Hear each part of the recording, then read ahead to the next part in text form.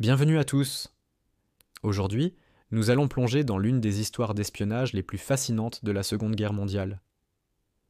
C'est l'histoire extraordinaire de Richard Sorge, un homme qui a mené une double vie si remarquable qu'elle paraît tout droit sortie d'un roman. Imaginez un instant, vous êtes un journaliste allemand respecté, correspondant pour des journaux prestigieux à Tokyo dans les années 1930. Vous fréquentez les plus hauts cercles de la société, vous êtes invité aux réceptions de l'ambassade allemande, et pourtant, vous êtes l'un des plus grands espions soviétiques de tous les temps. Là, c'était la réalité de Richard Sorge. Né en 1895 dans le Caucase, d'un père allemand et d'une mère russe, Sorge avait le profil parfait pour devenir un agent double.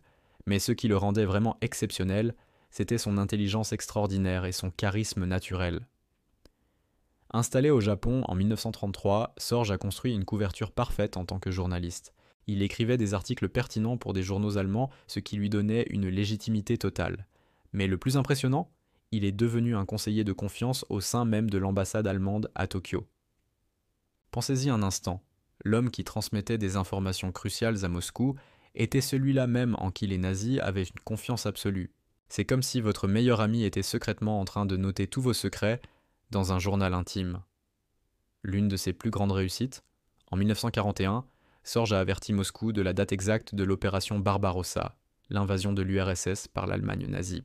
Il a également informé Staline que le Japon ne prévoyait pas d'attaquer l'Union soviétique, permettant ainsi aux dirigeants soviétiques de déplacer ses troupes de Sibérie vers l'ouest pour défendre Moscou. Mais comment faisait-il pour obtenir ces informations ? Sorge avait créé un réseau d'informateurs impressionnant.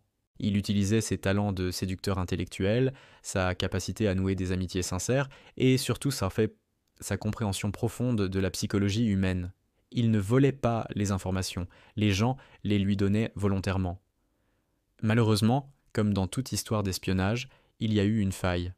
En octobre 1941, les autorités japonaises l'ont arrêté. Même là, Sorge s'est resté extraordinaire.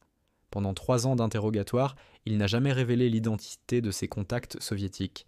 Le 7 novembre 1944, Richard Sorge a été exécuté dans une prison de Tokyo. Ses derniers mots auraient été « Je suis un communiste et un soviétique ». L'Union soviétique, qu'il avait désavoué pendant sa captivité, l'a finalement reconnu comme un héros en 1964, lui accordant à titre posthume le titre de héros de l'Union soviétique. L'histoire de Sorge nous rappelle que la réalité dépasse parfois la fiction. Il était un homme complexe, brillant, qui a joué un rôle crucial dans l'une des périodes les plus sombres de l'histoire mondiale. Son histoire nous montre aussi que les apparences sont souvent trompeuses et que les plus grands changements peuvent être orchestrés dans l'ombre. Si cette histoire vous a passionné autant que moi, n'hésitez pas à laisser un commentaire et à vous abonner à la chaîne pour d'autres récits historiques fascinants. Merci de m'avoir écouté et à très bientôt pour une nouvelle plongée dans l'histoire.